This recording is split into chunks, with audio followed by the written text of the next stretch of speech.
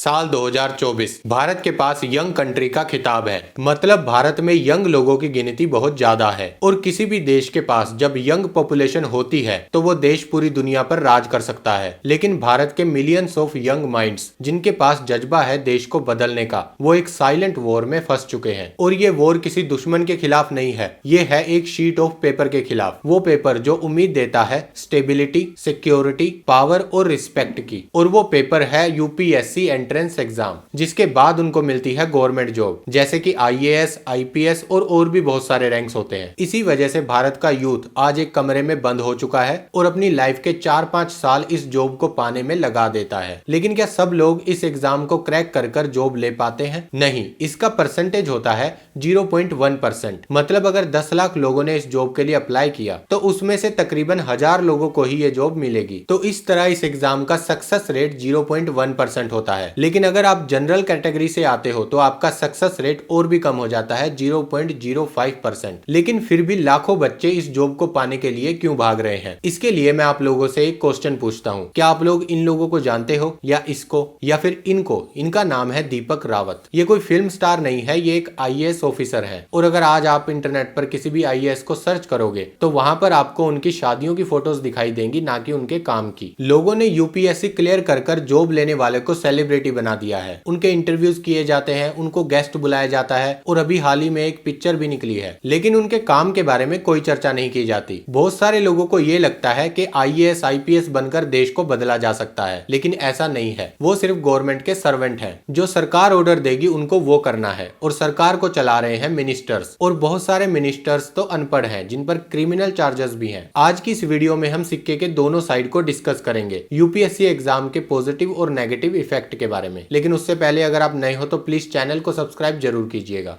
Government job के लिए गांव और शहरों दोनों जगह से बच्चे अप्लाई करते हैं। मेनली इनका टारगेट होता है यूपीएससी को क्लियर कर आईएएस और आईपीएस बनना। लेकिन ऐसा नहीं हो सकता कि सभी को आईएएस और आईपीएस रैंक दिया जाए। कुछ लोगों को ही ये रैंक दिया जाता है, बाकी लोगों को दूसरे रैंक दिए जाते हैं, लाइक जैसे कि आईआरएस, आईएफएस और भी बहुत सारे रैंक होते हैं। 2023 में जब यूपीएससी का रिजल्ट आया तब पता चला कि 11 लाख कैंडिडेट में से 6 लाख लोगों ने एग्जाम दिया, जिसमें से 933 लोगों को जॉब मिली। और जिन लोगों को जॉब नहीं मिली थी वो अपने अगले अटेम्प्ट में जॉब लेने की तैयारी में लग गए। अब कोई कैंडिडेट कितने अटेम्प्ट दे सकता है, इसकी भी एक सीमा होती है। लाइक अगर आप जनरल कैटेगरी से आते हो तो आपकी एज लिमिट 32 ईयर होगी और आप 6 अटेम्प्ट दे सकते हो। अगर आप ओबीसी कैटेगरी से आते हो तो आपको 9 अटेम्प्ट मिलेंगे और आपकी एज लिमिट 35 ईयर होगी। वहीं पर एससी एसटी को अनलिमिटेड अटेम्प्ट दिए जाते हैं, उनकी एज लिमिट 37 ईयर होती है। उससे पहले वो जितने चाहे उतने अटेम्प्ट दे सकते हैं। इसका अगर एवरेज निकाला जाए तो हर यूपीएससी कैंडिडेट यूपीएससी एग्जाम को निकालने के लिए 3-4 साल स्पेंड करता है, जिसमें वो पूरी दुनिया से कट हो जाता है और एक कमरे में बंद हो जाता है, और जहां पर वो दिन रात मेहनत करता है इस जॉब को पाने के लिए, जिसका सक्सेस रेट सिर्फ 0.1% है। और जो बच्चे सिलेक्ट नहीं हो पाते उनके हाथ लगता है अकेलापन, स्ट्रेस और रिग्रेट। जहां उन्होंने 4-5 साल लगा दिए लेकिन उनको जॉब नहीं मिली, और जब वो पीछे मुड़कर देखते हैं तो उनके पास कोई दोस्त नहीं है और उन्होंने कोई ऐसी स्किल भी डेवलप नहीं की है जो उनको जॉब दिला सके इस एज में। इस सिचुएशन में आने के बाद बहुत सारे बच्चे डिप्रेस हो जाते हैं। लेकिन अब क्वेश्चन ये आता है कि इतना कम सक्सेस रेट होने के बावजूद भी इतने सारे बच्चे इसके पीछे पागल क्यों हैं?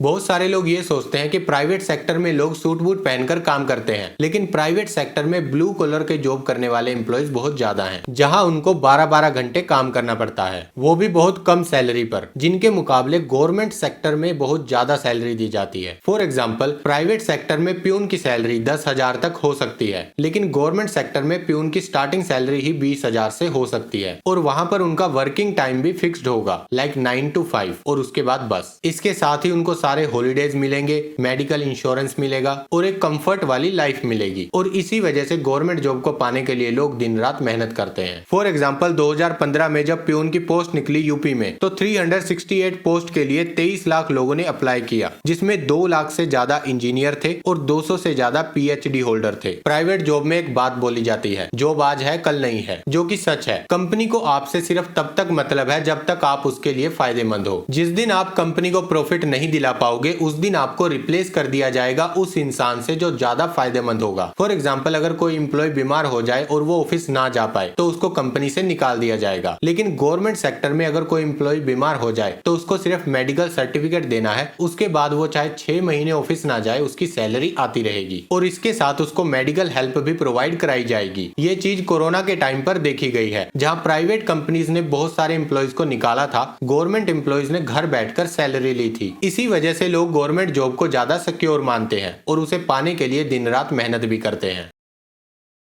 भारत को 2 पार्ट्स में डिवाइड किया जाता है, रूरल एरियाज और अर्बन एरियाज। अर्बन एरियाज मतलब शहर जैसे मेट्रो सिटीज, रूरल एरियाज जैसे गांव। यूपीएससी के लिए गांव से ज्यादा बच्चे अप्लाई करते हैं क्योंकि वहां पर गरीबी ज्यादा है as compared to urban areas, जिनमें से बहुत सारे बच्चे ऐसे होते हैं जिनके परिवारों में आज तक कोई भी ऑफिसर नहीं बना है। उनके लिए दूसरा ऑप्शन इतना प्रैक्टिकल भी नहीं होता, लाइक जैसे कि डॉक्टर बनना, इंजीनियर बनना या फिर खुद का बिजनेस स्टार्ट करना, क्योंकि वो फाइनेंशियली इतने स्टेबल नहीं होते। ऐसे में उनके पास में एक ही ऑप्शन बचता है गवर्नमेंट जॉब, जिसके लिए गांव के लाखों बच्चे अप्लाई करते हैं। ऐसा नहीं है कि गांव के ही बच्चे अप्लाई करते हैं या फिर वो ही बच्चे अप्लाई करते हैं जिनके पास जॉब नहीं होती। इसके लिए बहुत सारे ऐसे लोग भी अप्लाई करते हैं जिनके पास ऑलरेडी प्राइवेट जॉब है और जॉब के साथ साथ वो इस एग्जाम की प्रेपरेशन करते हैं। उसके लिए उनको चाहे जितनी भी मुश्किलें झेलनी पड़े, क्योंकि हमारे समाज में गवर्नमेंट एम्प्लॉय को एक अलग तरह की रिस्पेक्ट दी जाती है। लोग उनकी बात को सुनने लगते हैं। जिस घर में कोई आईएएस या आईपीएस बन जाता है उनका फैमिली स्टेटस बढ़ जाता है। एक आईपीएस या आईएएस जहां भी जाता है उसके जूनियर रैंक के ऑफिसर उसको सल्यूट करते हैं। अब जिस इंसान को गांव में सभी लोग निकम्मा और बेकार समझते थे, उसे एकदम से इतनी रिस्पेक्ट मिलने लग जाए कि उसके एंटर होते ही लोग खड़े हो जाएं, उसको सल्यूट करें, तो अच्छा तो महसूस होगा ही। इसी रिस्पेक्ट को कमाने के लिए लोग दिन रात मेहनत करते हैं और आजकल माँ बाप को भी अपनी बेटी के लिए सरकारी दामाद ही चाहिए। और अगर ये पता चल जाए कि लड़का सरकारी ऑफिसर है तो उसके बाद दहेज की रकम भी बढ़ा दी जाती है।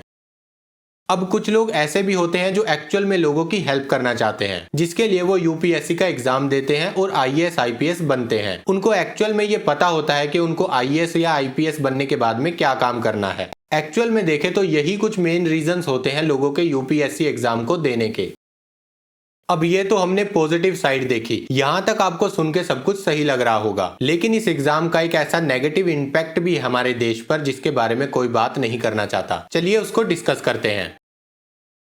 अब जितने लोगों को जॉब मिल जाती है वो तो ठीक है, उनको सेलिब्रिटी बना दिया जाता है, लेकिन जितने लोगों को जॉब नहीं मिलती उनका क्या, उनके बारे में कोई बात नहीं करता। एक इंसान ने इस एग्जाम को क्रैक करने में सालों लगाए लेकिन वो हर बार फेल हुआ। अब उसके अटेम्प्ट खत्म हो चुके हैं और उसकी एज लिमिट भी खत्म हो चुकी है, लेकिन उसके हाथ खाली है, ना तो उसके पास जॉब है और ना ही उसके पास में पैसा है। अपना पूरा फोकस और अपना पूरा टाइम सिर्फ इस एग्जाम को क्रैक करने में उसने लगा दिया। अब उसके पास में ऐसी कोई स्किल भी नहीं है जो उसको इस एज में जॉब दिलवा सके। इस टाइम पर उसको कैसा महसूस होगा ये आप और मैं सोच भी नहीं सकते। ऐसी ही सिचुएशन के कारण भारत में बहुत सारे बच्चे डिप्रेशन से स्ट्रगल कर रहे हैं, जहां वो किसी को अपने अंदर क्या चल रहा है बता नहीं सकते, क्योंकि समाज ने उनको लूजर का टैग दे दिया है जो अपनी लाइफ में कुछ नहीं कर सका। बहुत सारे केसेस ऐसे भी देखने मिले हैं जहां पर बच्चे आईएएस या आईपीएस नहीं बनना चाहते थे, लेकिन घर वालों के फोर्स करने की वजह से वो इस एग्जाम को दे रहे थे। अब सारे अटेम्प्ट्स में फेल होने के बाद में उनके फैमिली वाले ही उनको लूजर का टैग दे देते हैं। इस सिचुएशन में उस इंसान की हालत को एक्सप्लेन कर पाना बहुत मुश्किल है। जब कोई इंसान ये डिसाइड करता है कि उसे यूपीएससी क्लियर करनी है तो वो जाता है दिल्ली के मुखर्जी नगर में, जहाँ पर बहुत सारे ऐसे इंस्टीट्यूट हैं जो यूपीएससी की प्रेपरेशन करवाते हैं। और अब तो ऑनलाइन प्लेटफॉर्म्स भी आ गए हैं। ये इंडस्ट्री दिन ब दिन बड़ी होती जा रही है। बच्चे इंस्टीट्यूट में जाते हैं प्रेपरेशन के लिए और जब वो लोग एग्जाम देकर फेल हो जाते हैं तब वही इंस्टीट्यूट स्टार्ट करता है मोटिवेशन का धंधा, जहाँ पर वो यूपीएससी क्लियर किए हुए लोगों को बुलाते हैं और उनको मोटिवेट करने के लिए बोलते हैं, जिसके लिए उन लोगों को अच्छा पे किया जाता है। और वो वहां आकर बोलते हैं कि मैंने भी 3-4 अटेम्प्ट दिए थे और मैं फेल हुआ था, लेकिन फिर मैंने फाइनल अटेम्प्ट दिया और मैं पास हो गया, तो हो सकता है अगला अटेम्प्ट आप लोग भी क्लियर कर जाओ, तो दोबारा से रीस्टार्ट कीजिए। ये जो इंस्टीट्यूट इंडस्ट्री है ये बहुत स्मार्टली काम करती है। इन्होंने ही इंटेंशनली आईएएस और आईपीएस को सेलिब्रिटी बना दिया है। भारत के हर एक बच्चे के ड्रीम जॉब सिर्फ आईएएस और आईपीएस बनना ही हो, ताकि इनका बिजनेस और तेजी से बढ़ सके। फॉर एग्जाम्पल, अगर सारे कैंडिडेट 1-2 अटेम्प्ट देने के बाद ही डिमोटिवेट हो जाएंगे और वापस चले जाएंगे तो ये इंडस्ट्री इतना अच्छे से ग्रो नहीं कर पाएगी, क्योंकि हर साल नए बच्चे आते रहेंगे और पुराने बच्चे जाते रहेंगे। इसीलिए इस इंडस्ट्री में मोटिवेशन को इंट्रोड्यूस किया गया है, ताकि बच्चे मोटिवेटेड रहें और साल दर साल अटेम्प्ट देते रहें।